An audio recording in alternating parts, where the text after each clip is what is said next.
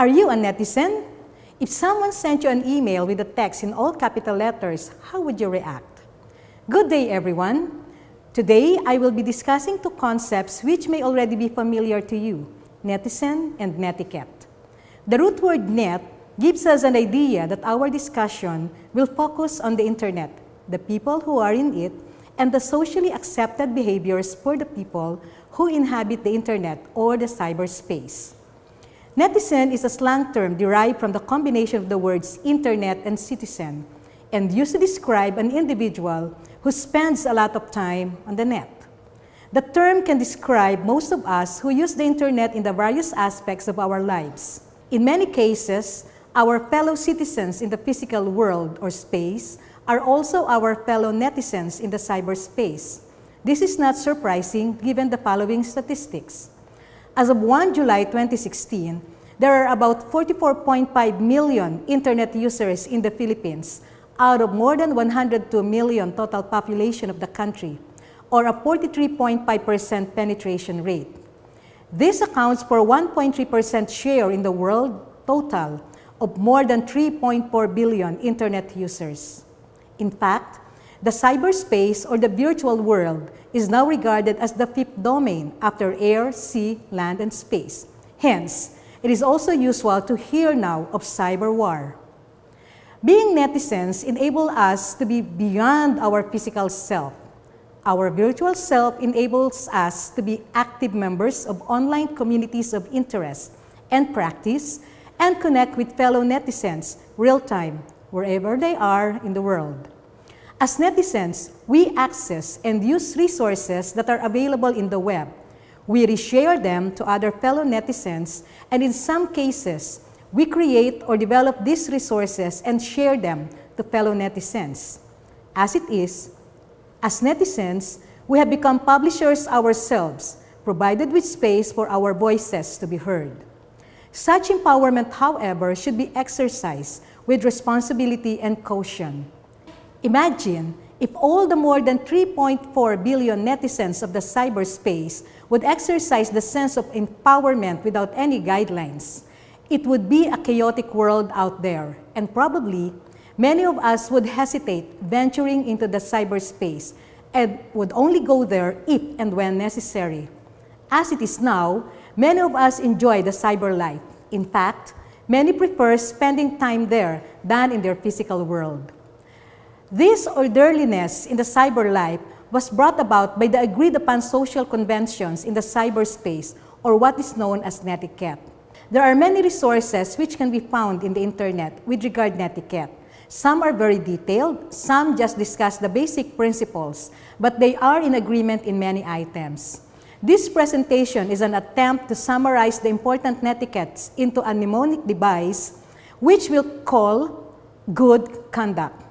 Hopefully, this would enable us to remember what these netiquettes are every time we are in the cyberspace. So here goes. G is for good citizenship in the cyberspace and knowing where exactly you are in the cyberspace. Netiquette varies from domain to domain. When you enter a domain of cyberspace that's new to you, take a look around. Spend a while listening to the chat or reading the archives. Get a sense of how the people who are already there act. Then go ahead and participate. So now we have domain for government agencies or educational institutions and other organizations. O is for other people's time and bandwidth, which should be respected by avoiding long posts which can waste others' time who may want or are interested to read it. In the case of bandwidth, there is a limit to what a connection can carry.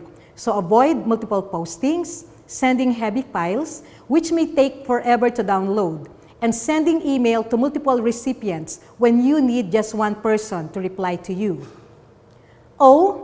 This O refers to online mode, and that you should adhere to the same standards of behavior, just like when you are in the offline mode. This means that although we can be anonymous online, we still need to be ethical and follow social conventions by writing well.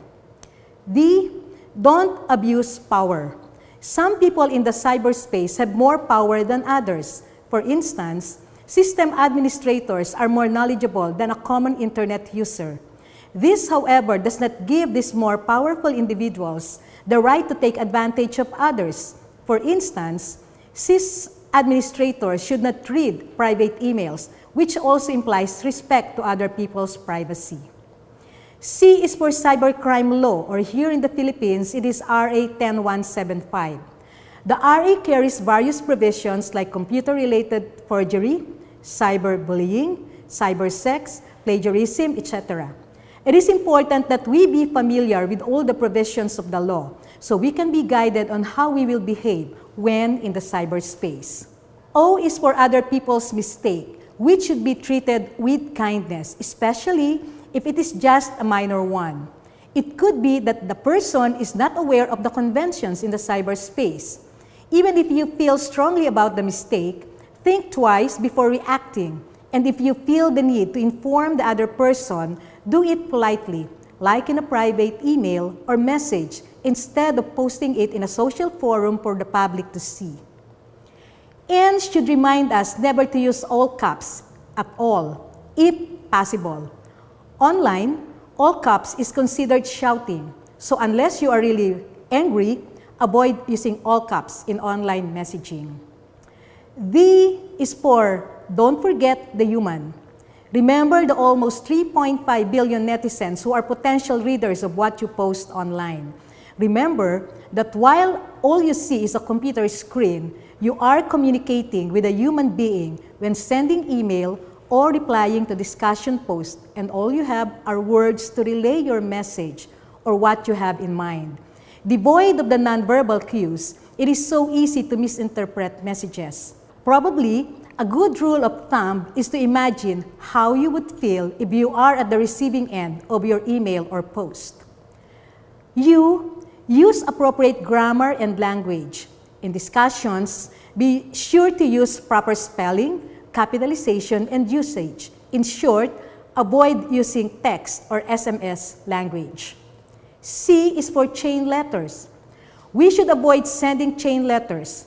Remember that we should respect other people's time and bandwidth, and they can make use of their time better instead of reading the chain letters that we send.